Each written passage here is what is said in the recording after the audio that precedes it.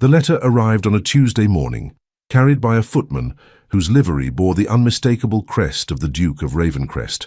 Lady Vivian Sterling stared at the heavy parchment in her hands, her heart sinking as she recognized the implications of such formal correspondence arriving at her modest townhouse in the unfashionable quarter of London. Her father's debts had finally caught up with them. "Miss," her lady's maid said softly from the doorway, "shall I prepare tea while you read your correspondence?"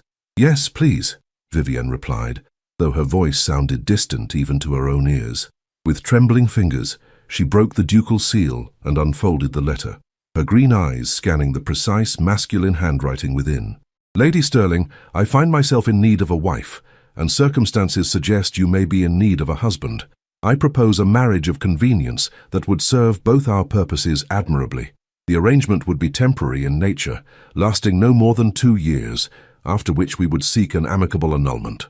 In exchange for your cooperation, I would settle your late father's debts in their entirety and provide you with a generous settlement upon the dissolution of our union. You would want for nothing during our marriage, though I must be clear that this would be a business arrangement only. I require no emotional attachment, nor do I offer any. If these terms are acceptable, please respond within the week. Time is of the essence. Yours in business, Nathaniel Hawthorne, Duke of Ravencrest. Vivian read the letter twice, then a third time, each reading making the reality of her situation more stark. At 24, she was considered firmly on the shelf by society's standards, her lack of dowry and her father's gambling debts having effectively removed her from the marriage mart years ago. She had resigned herself to a life of genteel poverty, perhaps eventually becoming a companion to some elderly relative. But this was something else entirely. The Duke of Ravencrest was notorious throughout London society, not for scandal or impropriety, but for his cold, calculating nature and his apparent inability to form meaningful connections with anyone. At 31, he had inherited his title at the tender age of 18 when his parents died in a carriage accident, and in the 13 years since, he had built a reputation as a man who viewed everything, including human relationships, as transactions to be managed. Why he needed a wife, even temporarily, was a mystery that set Vivian's mind racing with possibilities. Perhaps there was some inheritance clause that required marriage, or maybe he needed to appear settled for political reasons. Whatever his motivation, he was offering her something she had never dared to hope for: freedom from the crushing weight of her father's debts and enough money to secure her independence permanently. "Miss?" Her maid had returned with the tea service, concern evident in her voice. "You've gone quite pale. Is it bad news?" "I'm not certain," Vivian said honestly, setting the letter aside and accepting the delicate china cup. "It may be the answer to our prayers, or it may be the beginning of an entirely different kind of nightmare." That evening, Vivian sat in her small study, a sheet of writing paper before her and a pen poised in her hand. She had spent the day considering the Duke's proposal from every possible angle, weighing the risks against the potential rewards. The risks were considerable. Marriage, even a temporary one, would place her entirely under his control. If he proved to be cruel or capricious, she would have no recourse. Moreover, there was no guarantee that he would honor his promise of an annulment. Once married, she would be at his mercy entirely. But the alternative was equally daunting. Without some dramatic change in her circumstances, she faced a future of increasing poverty and social isolation. Her father's creditors were growing more insistent, and it was only a matter of time before she lost even this modest home. Taking a deep breath, she began to write. "Your Grace, I accept your proposal, with one modification to the terms. I request that the settlement upon annulment be placed in trust immediately upon our marriage, ensuring that it cannot be revoked regardless of circumstances. If you find this acceptable, I am prepared to proceed at your convenience. I understand that this is to be a business arrangement only, and I assure you that I have no romantic expectations or designs upon your affections. I seek only the security and independence that this arrangement would provide. Respectfully yours, Vivian Sterling." She sealed the letter before she could reconsider, and the next morning dispatched it via the same footman who had delivered the Duke's proposal. The response came within hours. "Lady Sterling, your modification is acceptable. I have instructed my solicitors to prepare the necessary documents. We shall marry by special license 1 week from today at St. George's, Hanover Square. The ceremony will be small and private, witnesses only. I shall call upon you tomorrow at 2 o'clock to discuss the practical arrangements." N. Hawthorne Vivian stared at the brief note, her heart pounding as the reality of what she had agreed to settled over her. In 1 week, she would be the Duchess of Ravencrest, married to a man she had never met, bound by a contract that promised nothing but mutual convenience. She had no idea that she was about to embark on a journey that would challenge everything she thought she knew about love, duty, and the human heart. The meeting. At precisely 2 o'clock the following afternoon, the Duke of Ravencrest's carriage drew up before Vivian's modest townhouse. She watched from her drawing-room window as he emerged, a tall, imposing figure dressed in perfectly tailored black, his movements economical and precise.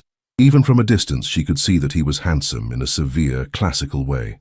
His dark hair was styled conservatively, and his bearing spoke of a man accustomed to command and deference.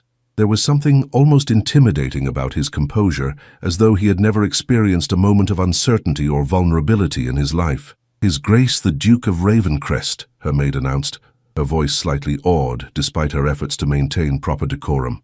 Vivian rose from her chair, smoothing her best afternoon dress, a simple but elegant creation in deep blue silk that brought out the color of her eyes, and took a steadying breath. "Please, show His Grace in." The Duke entered her drawing room like a force of nature, his presence immediately dominating the small space. Up close, he was even more striking than she had anticipated. Tall and lean, with sharp, aristocratic features, and eyes the color of winter storms. But it was his expression that caught her attention most. Cool, assessing, and utterly devoid of warmth. "Lady Sterling," he said, offering a bow that was perfectly correct, but somehow managed to convey distance rather than respect. "I trust you have had time to consider the full implications of our arrangement." "I have, Your Grace," Vivian replied, offering a curtsy that matched his bow in its formal correctness.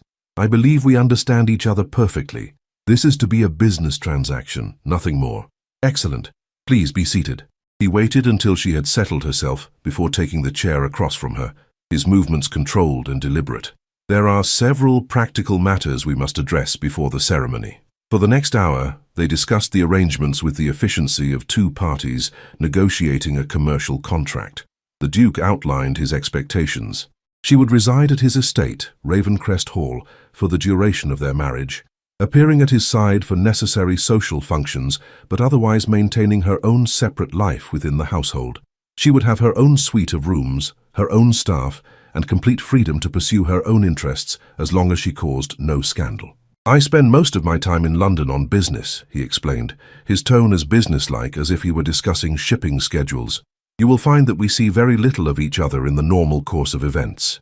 When I am in residence, we will maintain the appearance of a cordial marriage for the benefit of the staff, but there will be no expectation of intimacy beyond what is necessary for public appearances." Vivian nodded, though something in his clinical delivery of these terms made her chest tighten with an emotion she couldn't quite name. "And after 2 years? After 2 years, we will quietly seek an annulment on grounds of non-consummation. You will receive your settlement and be free to live your life as you choose. I will have fulfilled the requirements that necessitate this arrangement, and we will both be able to move forward with our separate lives." "May I ask what requirements you speak of?" For the first time since entering her drawing room, the Duke's composure seemed to slip slightly. A muscle in his jaw tightened, and his grey eyes grew even colder. "My grandfather's will contains a clause requiring that I marry before my 32nd birthday, which is in 18 months' time. Failure to do so would result in the loss of a significant portion of the estate, properties that have been in my family for generations and employ hundreds of people. I cannot allow my personal disinclinations to affect so many livelihoods." The admission seemed to cost him something, and Vivian found herself studying his face more closely. Beneath the cold composure, she caught a glimpse of something that might have been frustration or perhaps even pain. "I see. And you chose me because you are in a position to benefit from this arrangement without harboring romantic delusions about its nature," he replied bluntly. "You are intelligent, well-bred, and unlikely to cause scandal. Most importantly, your circumstances ensure that you understand the temporary nature of our arrangement and will not attempt to make it permanent." His words stung, though Vivian couldn't say exactly why. Perhaps it was the casual way he dismissed the possibility that anyone might genuinely care for him. Or perhaps it was the implication that her reduced circumstances made her somehow less likely to inspire or feel real affection. "I understand perfectly, Your Grace," she said, keeping her voice level despite the unexpected hurt his words had caused. "You need not worry about any romantic complications from my quarter. I am as eager as you are to maintain the strictly business nature of this arrangement." Something flickered across his face at her words. Surprise, perhaps, or maybe even disappointment, though that seemed unlikely given his stated preferences. "Excellent," he said, rising from his chair with the same controlled grace that marked all his movements. "Then I believe we have covered everything necessary. The ceremony will take place at 10 o'clock next Wednesday morning. I will send a carriage for you at 9:30. "Very well, Your Grace." He paused at the door, turning back to look at her with those storm-grey eyes. For a moment, his expression seemed almost uncertain, as though there was something else he wanted to say. But then the moment passed, and his face resumed its mask of cold composure. "Lady Sterling, Vivian, I want you to know that I will honor every term of our agreement. You have my word as a gentleman that you will be treated with respect and that your independence will be preserved within the bounds of our arrangement. Thank you, Your Grace. I appreciate your candor." After he left, Vivian remained standing in her drawing room for a long time, staring at the door through which he had departed. The Duke of Ravencrest was exactly what she had expected: cold, calculating, and emotionally distant.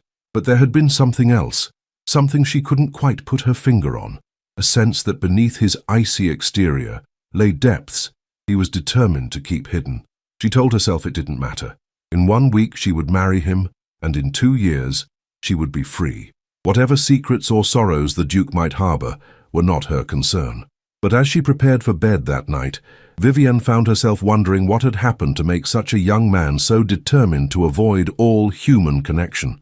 And despite her best efforts to maintain her emotional distance, she couldn't shake the feeling that she was about to embark on something far more complicated than a simple business arrangement. The wedding.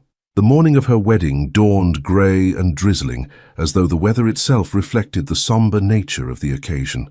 Vivienne stood before the mirror in her modest bedroom, adjusting the simple ivory silk gown she had chosen for the ceremony. Elegant but not elaborate, appropriate for a marriage of convenience rather than a love match. "You look beautiful, miss," her maid said softly, though her eyes were bright with unshed tears. I wish your dear mother could see you today." "As do I," Vivian replied, touching the pearl necklace that had been her mother's, the only piece of jewelry she had not been forced to sell, though I suspect she would have had strong opinions about the nature of this marriage.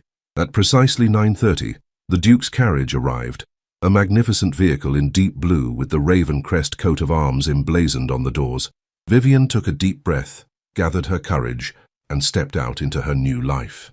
The journey to St. George's passed in silence. The Duke sat across from her, impeccably dressed in dark blue superfine with a silver waistcoat, his expression as unreadable as ever. Occasionally their eyes would meet, and Vivian would catch a glimpse of something that might have been nervousness beneath his composed exterior, but the moments passed too quickly for her to be certain. "Are you having second thoughts?" he asked suddenly as they neared the church. "No," Vivian replied honestly. "Are you?" "No," he said, though something in his voice suggested the answer wasn't quite as simple as the single word implied. The ceremony itself was brief and efficient, attended only by the required witnesses and conducted by a clergyman who seemed more interested in completing the formalities than celebrating a union. When the time came for vows, they spoke the traditional words with the same emotional investment they might have brought to reading a shipping manifest. But when Nathaniel slipped the wedding ring onto her finger, a beautiful sapphire surrounded by diamonds that had clearly been in his family for generations, Vivian felt an unexpected flutter of something that might have been hope. The ring was exquisite, and the fact that he had chosen to give her a family heirloom rather than something hastily purchased suggested a level of consideration she hadn't expected. "You may kiss the bride," the clergyman announced, and for a moment both bride and groom froze. They had not discussed this part of the ceremony, and the sudden intimacy required by tradition seemed to catch them both off guard. Nathaniel's eyes met hers, and she saw a flicker of uncertainty cross his features. "For appearances," he murmured, so quietly that only she could hear. "Of course," she whispered back. He leaned down and pressed his lips to hers in what was clearly intended to be a perfunctory kiss, a mere fulfillment of social expectation. But the moment their lips touched, something unexpected happened. The kiss lingered a heartbeat longer than necessary, and when they broke apart, both seemed slightly shaken by the brief contact. "Congratulations, Your Grace," the clergyman said to Vivian, and she realized with a start that she was now a duchess. "May your union be blessed with happiness and prosperity." The irony of the blessing was not lost on either of them, given the temporary nature of their arrangement, but they both murmured appropriate thanks and signed the necessary documents with the same businesslike efficiency that had characterized their entire courtship. As they emerged from the church into the grey London morning, Nathaniel offered her his arm with formal courtesy. "Well, Your Grace," he said, and there was something almost ironic in the way he used her new title. "Shall we proceed to your new home?" "Lead the way, Your Grace," she replied, matching his formal tone.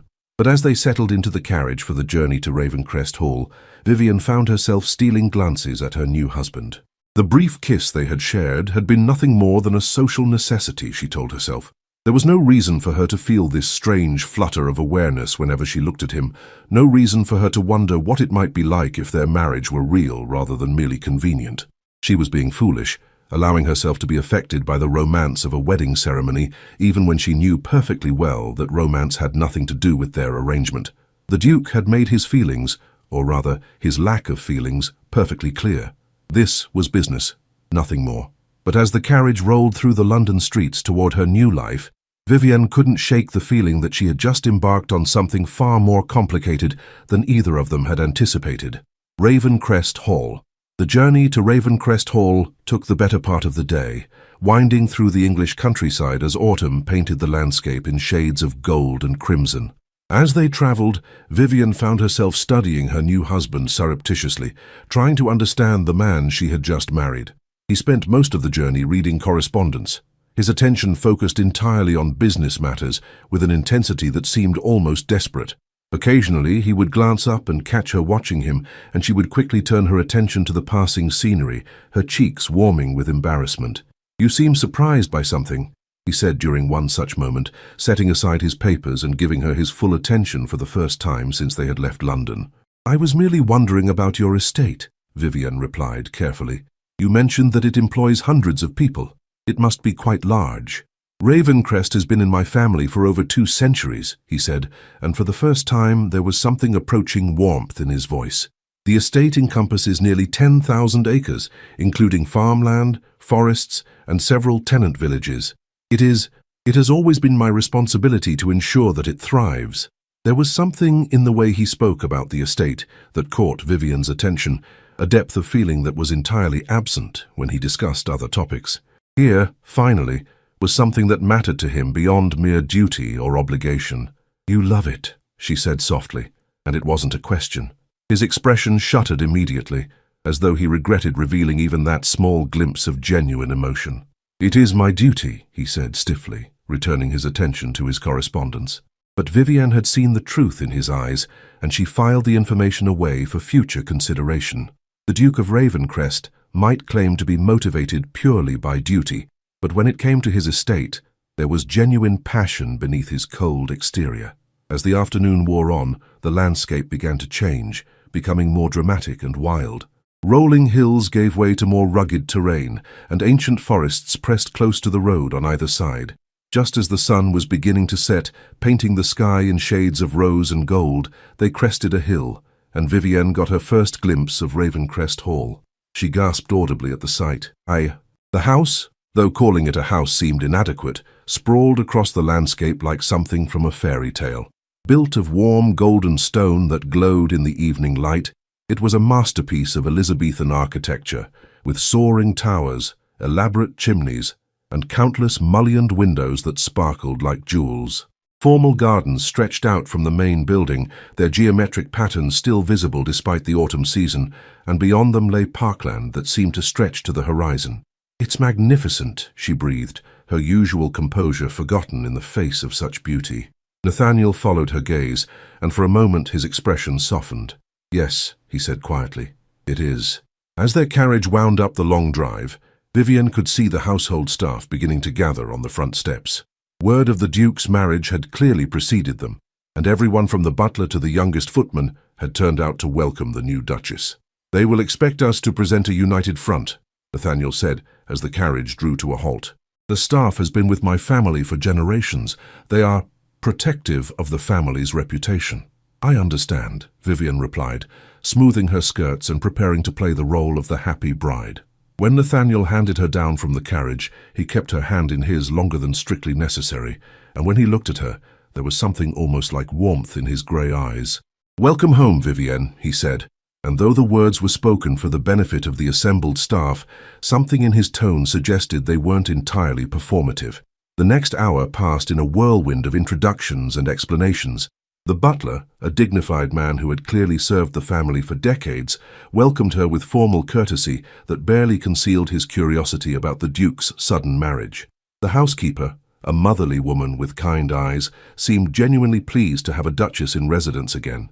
"The Duchess's chambers have been prepared according to His Grace's instructions," the housekeeper explained as she led Vivian through the magnificent halls. "You have a sitting room, bedchamber and dressing room, all with lovely views of the gardens. His Grace thought you might prefer the east wing for the morning light." The chambers were indeed beautiful, spacious and elegantly appointed with furniture that managed to be both luxurious and comfortable. French doors opened onto a small balcony that overlooked the formal gardens, and the late afternoon sun streamed through tall windows, casting everything in a warm, golden glow. "It's lovely," Vivian said sincerely. "Please thank His Grace for his thoughtfulness." "You can thank him yourself at dinner, Your Grace," the housekeeper replied with a smile. "His Grace has asked that dinner be served at 8 o'clock in the small dining room. He thought you might prefer a more intimate setting for your first evening at Ravencrest." After the housekeeper departed, Vivian found herself alone in her new chambers for the first time.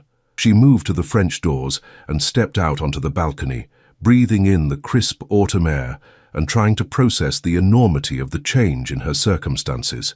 This morning, she had been Lady Vivian Sterling, a woman of reduced circumstances, living in a modest townhouse and facing an uncertain future. Now she was the Duchess of Ravencrest, mistress of one of the most magnificent estates in England, married to a man who was both fascinating and utterly enigmatic. The irony was not lost on her that she had achieved everything a woman of her station could hope for: title, wealth, security, and yet she felt more uncertain than ever. The Duke had made it clear that their marriage was purely business, but there had been moments today when she had caught glimpses of something more beneath his cold exterior. The way he had looked at her when she admired his estate, the gentle way he had helped her from the carriage, the almost tender tone in his voice when he had welcomed her home. She was being foolish, she told herself firmly, reading meaning into gestures that were nothing more than good manners and social necessity. The Duke had been perfectly clear about the nature of their arrangement, and she would do well to remember that. But as she prepared for dinner, choosing a gown of deep emerald silk that brought out the colour of her eyes, Vivian couldn't shake the feeling that there was more to Nathaniel Hawthorne than he wanted the world to see. And despite her best efforts to maintain her emotional distance, she found herself curious about the man she had married. The first dinner. The small dining room at Ravencrest Hall was anything but small by ordinary standards, though it was certainly more intimate than the grand state dining room that could seat 40. Candlelight flickered from an elaborate chandelier and wall sconces, casting dancing shadows across the rich wood paneling and creating an atmosphere that was both elegant and surprisingly cozy. Nathaniel was already present when Vivian arrived, standing by the fireplace with a glass of wine in his hand. He had changed from his travelling clothes into evening dress, and the formal black and white suited him admirably, emphasizing his tall, lean frame and the aristocratic angles of his face. "Good evening, Your Grace," he said, offering her a formal bow. "I trust your chambers are satisfactory." "They are beautiful, thank you," Vivian replied, accepting the glass of wine he offered her. "The view of the gardens is particularly lovely. I thought you might appreciate them. They were designed by my grandmother, who had quite a passion for horticulture." It was the first personal information he had volunteered about his family, and Vivian found herself genuinely interested. "She sounds like a remarkable woman." "She was," Nathaniel said, and for a moment his expression softened with what might have been fond memory. "She believed that a garden should be a place of beauty and peace, somewhere one could find solace from the troubles of the world." "And do you find solace there?" The question slipped out before Vivian could stop herself, more personal than she had intended. Nathaniel's expression immediately shuttered, as though he regretted revealing even that small glimpse of sentiment. "I find the gardens well maintained and aesthetically pleasing," he said stiffly, returning to his usual formal tone. The butler's arrival to announce dinner saved them from the awkward silence that followed, and they proceeded to the table with the careful courtesy of strangers rather than newlyweds. The meal that followed was exquisite, course after course of perfectly prepared dishes that showcased the skills of Ravencrest's kitchen staff. But despite the excellent food and wine, conversation remained stilted and formal, both of them seemingly determined to maintain the emotional distance they had agreed upon. "The estate seems very well managed," Vivian said, as they worked their way through the fish course. "The grounds are beautiful, and the staff seems devoted to the family. I have worked hard to ensure that Ravencrest remains profitable, and that the people who depend on it for their livelihoods are well cared for," Nathaniel replied. "It is a responsibility I take very seriously." "You inherited the title very young," Vivian observed. That must have been quite overwhelming. For a moment, something flickered across his features. Pain, perhaps, or the memory of old grief. 18 is young to inherit such responsibilities, he said carefully. But I had excellent advisors, and I was determined not to fail in my duty to the estate and its people. And your parents? The accident that took them must have been devastating. The question was perhaps too personal, but Vivian found herself genuinely curious about the experiences that had shaped the man sitting across from her. The way he spoke about duty and responsibility suggested someone who had been forced to grow up far too quickly. Nathaniel's wine glass paused halfway to his lips, and when he set it down, his hand was not entirely steady.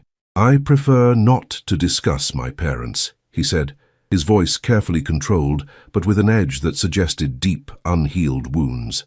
"The past is the past, and dwelling on it serves no useful purpose." "I'm sorry," Vivian said softly, recognizing that she had touched on something painful. "I didn't mean to pry." "You weren't prying," he said, though his tone remained stiff. "It is natural that you would be curious about your new family's history. I simply find it difficult to discuss certain subjects." The admission seemed to surprise him as much as it did her, as though he hadn't intended to reveal even that much about his emotional state. He immediately busied himself with his meal, clearly regretting the moment of vulnerability. But Vivian had heard something in his voice that made her heart ache, a loneliness so profound that it seemed to emanate from his very soul. Whatever had happened to his parents, whatever circumstances had forced him to become Duke at such a young age, had clearly left scars that had never properly healed. "Perhaps you could show me more of the estate tomorrow," she said, deliberately changing the subject to something safer. "I would very much like to see more of the grounds, and perhaps meet some of the tenants." "If you wish," he said, seeming relieved by the change of topic. "Though I should warn you that estate business can be quite tedious for those not directly involved in it." "On the contrary, I find it quite interesting," Vivian replied honestly. "I've never had the opportunity to see how a large estate operates. It must be rather like running a small kingdom." For the first time that evening, Nathaniel's expression showed genuine interest rather than polite formality. "That is actually quite an apt comparison," he said, leaning forward slightly. "There are tenant farmers to consider, village schools and churches to maintain, roads to keep in repair, and countless other responsibilities that affect the lives of everyone who depends on Ravencrest for their livelihood. And you manage all of this yourself. I have excellent stewards and bailiffs, but yes, ultimately the responsibility is mine. Every major decision, every significant expenditure, every policy that affects the estate, it all comes back to me." There was something in the way he spoke about his responsibilities that struck Vivian as profoundly lonely. Here was a man who carried the weight of hundreds of lives on his shoulders, who made decisions that affected entire communities, and yet he seemed to have no one with whom he could share that burden. "It must be quite isolating at times," she said softly. Nathaniel's eyes snapped to hers, and for a moment she saw something raw and vulnerable in their grey depths before he quickly looked away. "Isolation is a luxury I cannot afford," he said stiffly. "There is too much work to be done, too many people depending on me to make the right choices." But Vivian had seen the truth in that unguarded moment, and her heart ached for the man who had clearly convinced himself that duty was enough, that responsibility could fill the void where human connection should be. The rest of the meal passed in relative silence, both of them seeming to retreat into their own thoughts. When the final course was cleared away, Nathaniel rose from his chair with the formal courtesy that marked all his interactions. "I have some correspondence to attend to this evening," he said, offering her a bow. "I trust you will be comfortable in your chambers. If you need anything, please don't hesitate to ring for the staff." "Thank you," Vivian replied, rising as well. "Good night, Nathaniel." He paused at the door, his hand on the handle, and for a moment she thought he might say something more. But then he simply nodded and departed, leaving her alone in the candlelit dining room with her thoughts and the growing certainty that there was far more to her new husband than he wanted anyone to see. The morning after Vivian woke the next morning to sunlight streaming through the tall windows of her bedchamber and the sound of birdsong from the gardens below. For a moment, she lay still, trying to orient herself in her new surroundings. The events of the previous day seemed almost dreamlike. The wedding ceremony, the journey to Ravencrest, the stilted dinner conversation with her new husband.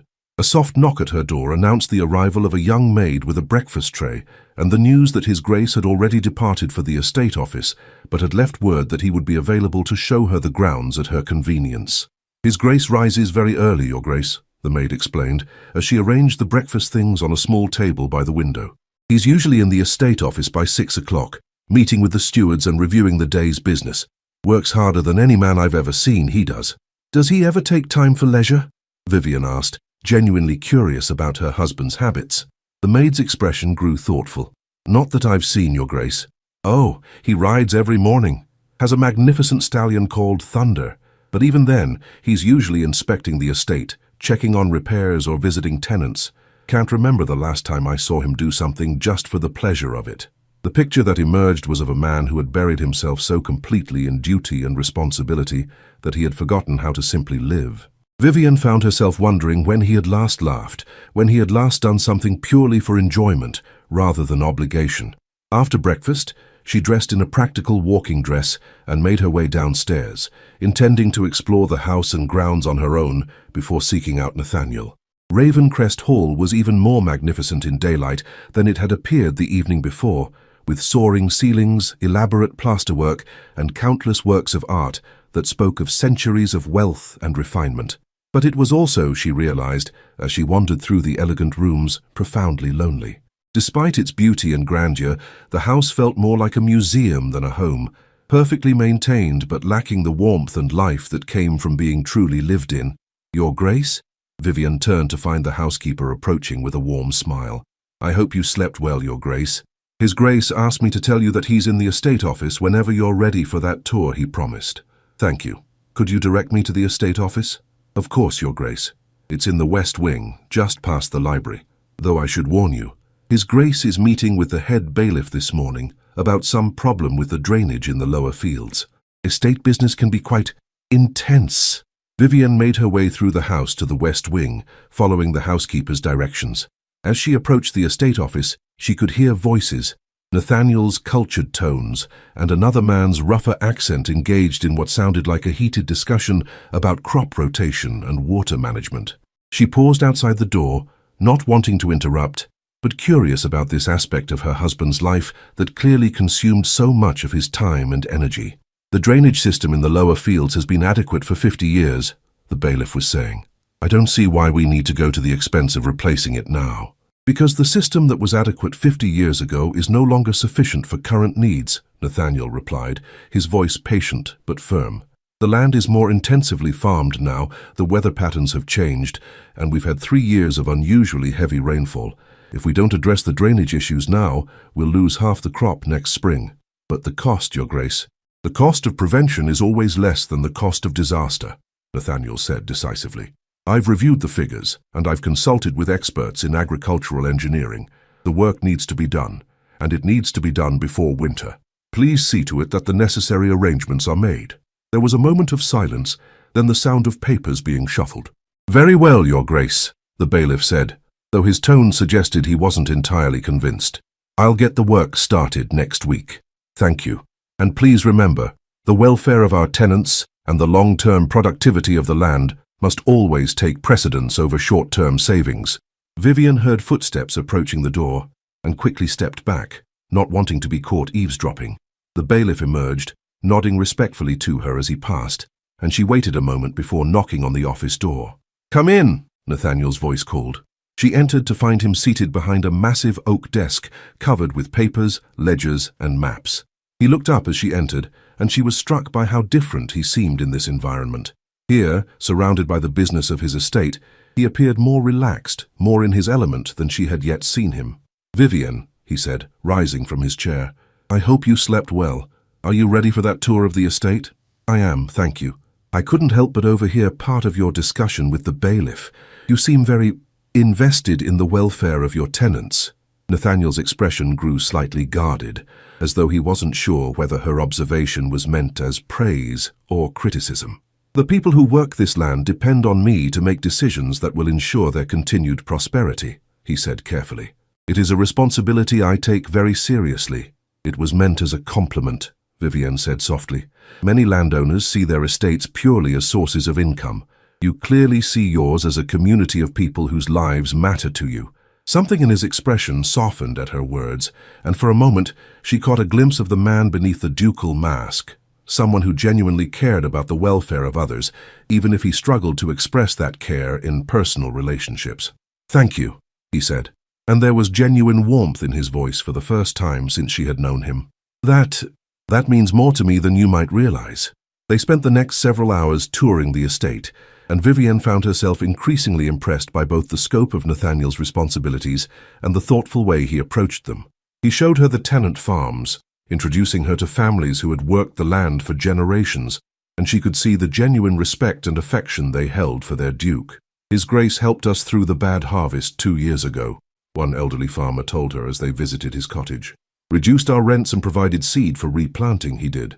Saved us from ruin and never asked for anything in return but that we work hard and treat the land well." As they walked back toward the main house, Vivienne found herself studying her husband's profile. In the afternoon sunlight, with his guard down and his attention focused on the land he clearly loved, he looked younger, less burdened by the weight of responsibility he carried. "You love this, don't you?" she said as they paused at the crest of a hill that offered a panoramic view of the estate. "Love what?" he asked, though his tone suggested he knew exactly what she meant. "This, the land, the people, the responsibility. You speak about duty and obligation, but I can see it in your eyes when you look out over the estate. This isn't just duty for you, it's passion." Nathaniel was quiet for a long moment, his grey eyes fixed on the rolling hills and distant villages that made up his domain. When he finally spoke, his voice was softer than she had ever heard it. "When I inherited the title, I was angry. Angry at my parents for dying, angry at fate for taking away my freedom to choose my own path, angry at the world for placing such a burden on someone so young. I thought I would fulfill my obligations and nothing more, do what was required and find my happiness elsewhere." He paused, his expression distant with memory. "But somewhere along the way I realized that this land, these people, they had become my happiness. Every improvement I made, every problem I solved, every crisis I helped a tenant family weather, it mattered, not just to them but to me. I found purpose in something larger than myself." "And yet you still seem so isolated," Vivienne said gently. "You care so deeply for your tenants, your land, your responsibilities, but who cares for you?" The question seemed to catch him off guard, and for a moment his carefully maintained composure slipped entirely. She saw pain in his eyes, a loneliness so profound that it took her breath away. I have never needed." He stopped, seeming to struggle with words that had never been spoken aloud. "I learned very young that depending on others for emotional support is unwise. People leave, Vivienne. They die or they abandon you or they prove themselves unworthy of trust. The land endures, duty endures, but people also love, Nathaniel," Vivienne said softly. "They support each other. They find joy in connection. They create something beautiful together that neither could achieve alone. And they also betray that trust," he said, his voice hardening again. "They promise forever and deliver disappointment. They claim to love and then prove that their love has conditions and limitations." There was such bitterness in his words that Vivienne felt her heart ache for him. Someone had clearly hurt him deeply, perhaps multiple someones, and he had responded by building walls so high that no one could reach him. "I'm sorry," she said simply. "Someone hurt you badly, didn't they?" Nathaniel turned to look at her, and she saw surprise in his eyes, as though he hadn't expected such direct compassion. "Several someones, actually," he said after a long pause. "But that is ancient history, and dwelling on it serves no purpose, doesn't it? If past hurts are preventing you from finding happiness in the present, then perhaps they deserve some attention." "I am not unhappy," Nathaniel said, but the words lacked conviction. "Are you happy?" Vivienne asked gently. The question hung in the air between them, and Vivienne could see him struggling with an answer. Finally, he looked away, his gaze returning to the estate spread out below them. "I am content," he said finally. "I have purpose, responsibility, work that matters. That is more than many people can claim." "But is contentment enough?" Vivienne pressed. "Don't you ever long for something more? For joy, for laughter, for the kind of deep connection that makes life feel worth living rather than simply enduring?" Nathaniel turned to face her fully, and she saw something raw and vulnerable in his expression that made her breath catch. "I gave up on those things long ago," he said quietly. "I convinced myself that they were luxuries I couldn't afford, that duty and responsibility were enough to build a life on. But lately, I find myself wondering what it might be like to have someone to share all this with. Someone who could see past the title and the responsibilities to whatever might be left of the man beneath." The admission seemed to surprise him as much as it did her, and he immediately looked away, as though he regretted revealing so much. "Nathaniel," Vivienne said softly, "there is so much more to you than duty and responsibility.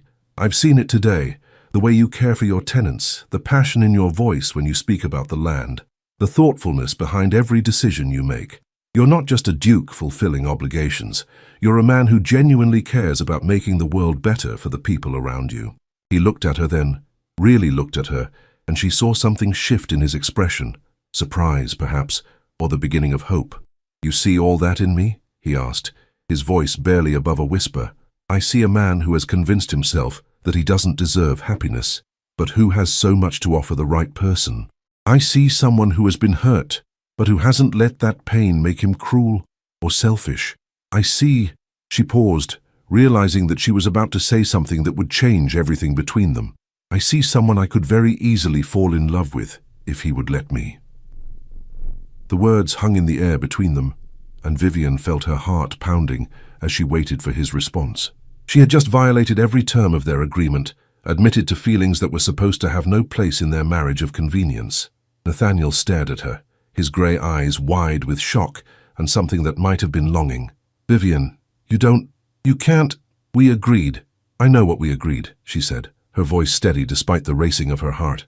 "But feelings don't follow the terms of business contracts, Nathaniel. They grow where they will, regardless of what we think we want or what we've promised ourselves. This changes everything," he said, his voice strained. "Does it have to?" Vivienne asked. "I'm not asking you to love me back, Nathaniel. I'm not demanding that you change the terms of our agreement or that you open your heart to me. I'm simply being honest about my own feelings. And if I told you that He stopped, seeming to struggle with words that had never been spoken. "If I told you that I have been fighting my own feelings since the moment I met you, that every moment in your company makes it harder to maintain the emotional distance I promised myself I would keep." Vivienne's heart leaped at his words, but she kept her voice calm and steady. "Then I would say that perhaps we should stop fighting those feelings and see where they might lead us." "You make it sound so simple," Nathaniel said, but there was longing in his voice now, as though he wanted desperately to believe that it could be. "Maybe it is simple," Vivienne said, stepping closer to him. "Maybe we've been making it complicated by trying to deny what's happening between us. Maybe instead of fighting it, we should embrace it and see what kind of marriage we could build together." Nathaniel looked down at her, and she could see the war being fought in his eyes, between hope and fear, between longing and self-protection, between the man he had been and the man he might become. "Vivienne," he said, his voice rough with emotion, "I don't know how to do this. I don't know how to let someone close without losing myself in the process." "Then we'll learn together," she said, reaching up to touch his face gently. "We'll take it slowly, one day at a time. No pressure, no demands, just two people discovering what it might mean to truly share a life together." For a long moment, they stood there in the fading afternoon light, the estate spread out below them, and the future stretching ahead like an unwritten page. Then, slowly, Nathaniel reached up and covered her hand with his own. "One day at a time," he repeated, and there was something like wonder in his voice, as though he was amazed to find himself considering such a possibility. "One day at a time," Vivienne agreed, and as they walked back toward the house together, she felt something she had never expected to feel in this marriage of convenience: hope. The transformation begins. The weeks that followed their conversation on the hill brought subtle but significant changes to life at Ravencrest Hall. Nathaniel began joining Vivienne for breakfast, their morning conversations gradually evolving from polite exchanges about the weather to genuine discussions about books, politics, and estate management. She proved to be an intelligent and thoughtful companion, offering insights that often surprised him with their astuteness. "I've been thinking about your drainage project," Vivian said one morning as they shared breakfast in the small dining room. "Have you considered implementing a system of water collection as well? The excess water could be stored for use during dry periods." Nathaniel paused with his coffee cup halfway to his lips, genuinely intrigued by the suggestion. "That's actually quite brilliant. I hadn't considered the possibility of turning the drainage system into a resource rather than simply a solution to a problem. My father once mentioned reading about similar systems being used in some parts of the continent," Vivian explained. "The initial investment might be higher, but the long-term benefits could be substantial." "Would you like to see the plans?" Nathaniel asked, and there was genuine enthusiasm in his voice. "I could show you the proposed drainage routes, and perhaps you could help me think through how a collection system might be integrated." It was the first time he had actively sought her input on estate business, and Vivian felt a warm glow of satisfaction at being included in something that mattered so deeply to him. "I would love to see them," she replied, "though I should warn you, my knowledge of engineering is purely theoretical." "Sometimes a fresh perspective is exactly what's needed," Nathaniel said, and Vivian noticed that his smile came more easily now, less guarded than it had been in those first difficult days. They spent the morning in his estate office, poring over maps and architectural drawings, their heads bent close together as they discussed possibilities and challenges. Vivian found herself fascinated by the complexity of managing such a large property, while Nathaniel seemed genuinely pleased to have someone who shared his interest in the work. "You have a natural aptitude for this," he told her as they reviewed her suggestions for the water collection system. "Have you ever considered that you might enjoy being involved in estate management on a more regular basis?" The suggestion surprised Vivian, but she found the idea appealing. "I would like that very much," she admitted. "I've always enjoyed solving problems and organizing systems, and this work, it feels meaningful. Important." "It is important," Nathaniel agreed, and there was something warm in his voice that made Vivian look up from the papers spread before them. "And I find that I very much enjoy sharing it with you." Their eyes met across the desk, and Vivian felt that familiar flutter of awareness that seemed to occur whenever they shared these moments of genuine connection. The formal distance that had characterized their early interactions was gradually giving way to something warmer, more intimate. "Nathaniel," she said softly, "may I ask you something personal?" He tensed slightly but nodded. "Of course. What happened to make you so afraid of letting people close? You mentioned that several people had hurt you, but you've never told me the specifics." Nathaniel was quiet for a long moment, his fingers drumming against the desk as he seemed to wrestle with whether to answer. Finally, he sighed and leaned back in his chair. "When I was 22, I fell in love with a woman named Lady Catherine Pemberton. She was beautiful, charming, and seemed genuinely interested in me rather than just my title. I was completely besotted. I proposed to her within 6 months of our meeting." Vivian felt a stab of something that might have been jealousy, but she pushed it aside, focusing on the pain she could hear in his voice. "What happened? I discovered, 3 days before our wedding, that she had been conducting an affair with my closest friend throughout our entire courtship. When I confronted her, she laughed and told me that she had never loved me, that she had only been interested in becoming a duchess and securing her family's financial future. She said that my friend was far more entertaining company, but unfortunately lacked a title." "Oh, Nathaniel," Vivian breathed, her heart aching for the young man who had suffered such a cruel betrayal. "That wasn't the end of it," Nathaniel continued, his voice growing harder. "Over the next few years, I had several other relationships that ended similarly. Women who seemed interested in me, but were actually interested in what I could provide for them. I began to realize that my title and wealth made it impossible for anyone to see me as simply a man." "So you decided it was safer to avoid emotional connections altogether," Vivian said, understanding beginning to dawn. "It seemed like the logical choice," he said. "I threw myself into estate management, into business ventures, into anything that would keep me occupied and prevent me from making the same mistakes again." "But it didn't make you happy," Vivian observed gently. "No," he admitted, "but it kept me safe. Or at least I thought it did, until I met you," he said, his grey eyes meeting hers with an intensity that made her breath catch. "You came into this marriage with no expectations of love or romance. No designs on my affections, no apparent interest in anything beyond the security our arrangement could provide. And yet, Vivian prompted, her heart racing at the direction of his words. And yet you see me, he said softly, not the Duke of Ravencrest, not the wealthy landowner, not the title and the estate. You see the man beneath all of that, and somehow you seem to like what you find there. I do more than like what I find there, Vivian said, her voice barely above a whisper. I love what I find there, Nathaniel. I love your intelligence, your dedication, your quiet kindness. I love the way you care for your people and your land. I love the man you are when you forget to be guarded. Nathaniel rose from his chair and moved around the desk to where she sat, his movements careful and deliberate. When he reached her, he held out his hand. Vivienne, he said, his voice rough with emotion, I am terrified of this. Terrified of caring for you the way I find myself caring. Terrified of trusting in something that feels too good to be real. But I am more terrified of the thought of losing what we're building together. She took his hand without hesitation, allowing him to help her to her feet. They stood close together, close enough that she could see the vulnerability in his grey eyes, the hope warring with fear. Then don't lose it, she said simply. Trust in it. Trust in me. Trust in what we could become together. For a long moment, they stood there in the quiet of his office, the estate business forgotten as they faced the possibility of something neither had expected when they entered into their marriage of convenience. Then, slowly, Nathaniel reached up and cupped her face in his hands, his touch gentle and reverent. I want to try, he whispered. I want to believe that this could be real, that we could build something lasting and beautiful together. Then let's try, Vivian replied, her heart soaring at the hope she could see growing in his eyes. When he kissed her this time, it was nothing like the perfunctory kiss they had shared at their wedding. This kiss was full of promise and possibility, of two people choosing to take a leap of faith together into an uncertain but hopeful future.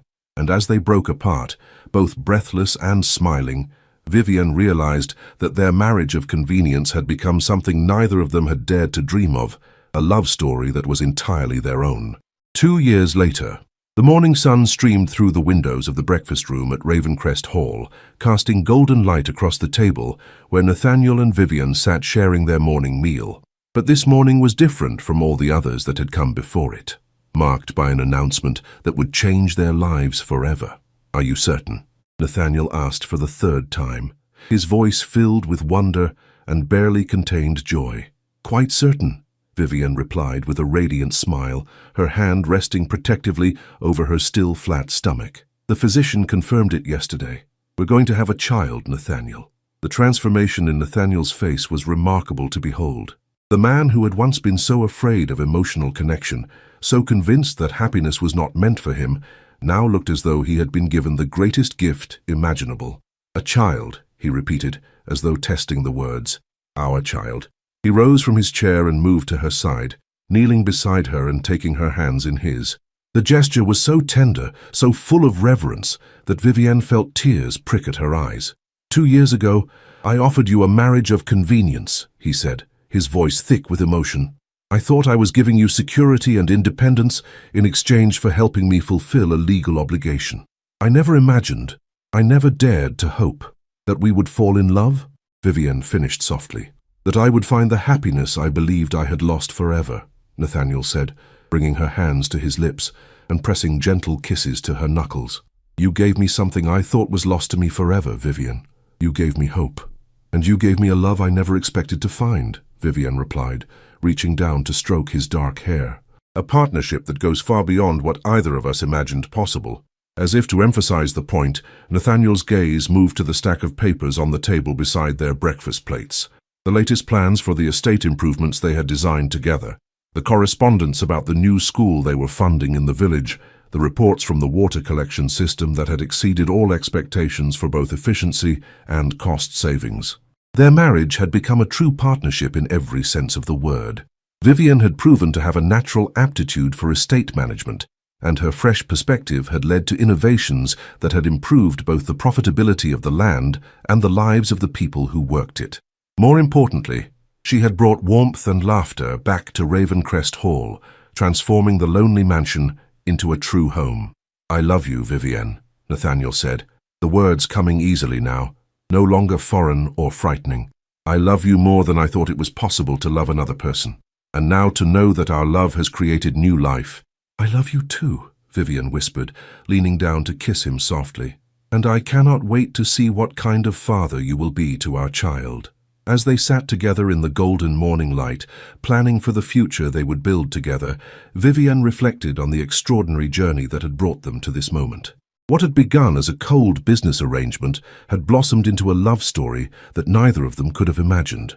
The Duke had offered her a marriage of convenience, but she had given him something he believed he had lost forever: the hope that happiness was possible, that love could triumph over fear, and that two people who chose to trust each other could create something beautiful and lasting together. And now, as they prepared to welcome their first child into the world, their love story was just beginning. Did this tale of unexpected love and second chances capture your heart? If Nathaniel and Vivian's journey from a marriage of convenience to true partnership moved you, please like this story and subscribe for more captivating historical romances. Share this with someone who believes that the greatest love stories often begin in the most unexpected ways. Which moment touched you most?